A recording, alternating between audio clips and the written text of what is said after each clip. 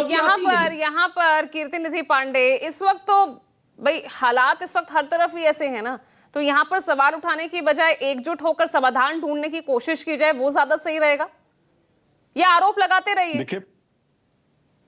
देखिए पूजा जी, निश्चित रूप से इसके लिए भी सरकार को पहल करना चाहिए, लेकिन सरकार ये स्वीकार तो करे कि आर्थिक संकट है, वैश्विक संकट है, महंगाई बढ़ रही है, बेरोजगारी बढ़ रही है, किसान दम तोड़ रहा है। वैश्विक संकट है तो मान रही है अनिला जी, माना उन्होंने।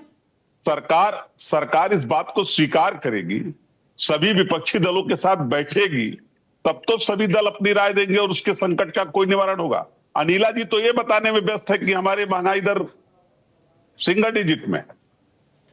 भारतीय जनता पार्टी के लिए वही शेर बढ़िया है, तुम्हारे फाइलों के में गांव का मौसम गुलाबी है, ये दावा किताबी है और ये आंकड़े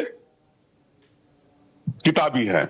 ये जिस तरीके से भारतीय जनता पार्टी केवल आंकड़ों की बाजीगरी कर रही है। मैं कह रहा हूं कि अर्थव्यवस्था भारत की बड़ी अच्छी है, भारतीय जनता पार्टी के लोग बता रहे हैं। अगर अर्थव्यवस्था अच्छी है तो रसोई की व्यवस्था क्यों बिगड़ रही है? आम आदमी अपने रसोई की व्यवस्था क्यों नहीं चला पा रहा?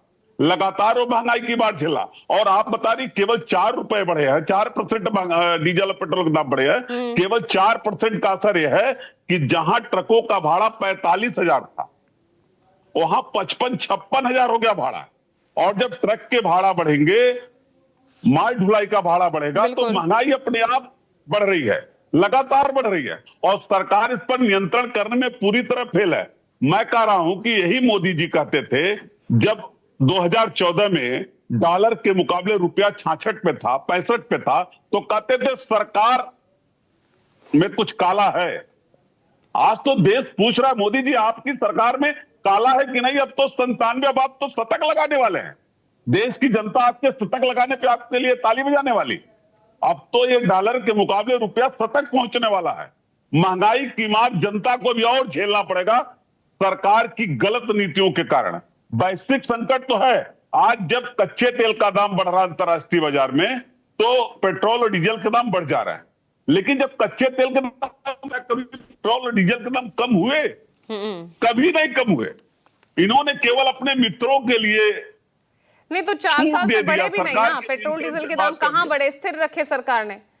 ये अनिला जी एक्सप्लेन कर रही थी। 2014 में हम कहां थे? 2014 में कहां थे? आज कहां खड़े हैं? शतक के पार हैं हम। जवाब दीजिए अनिल दुबे। शतक पे थे, भाई 2014 में तो यही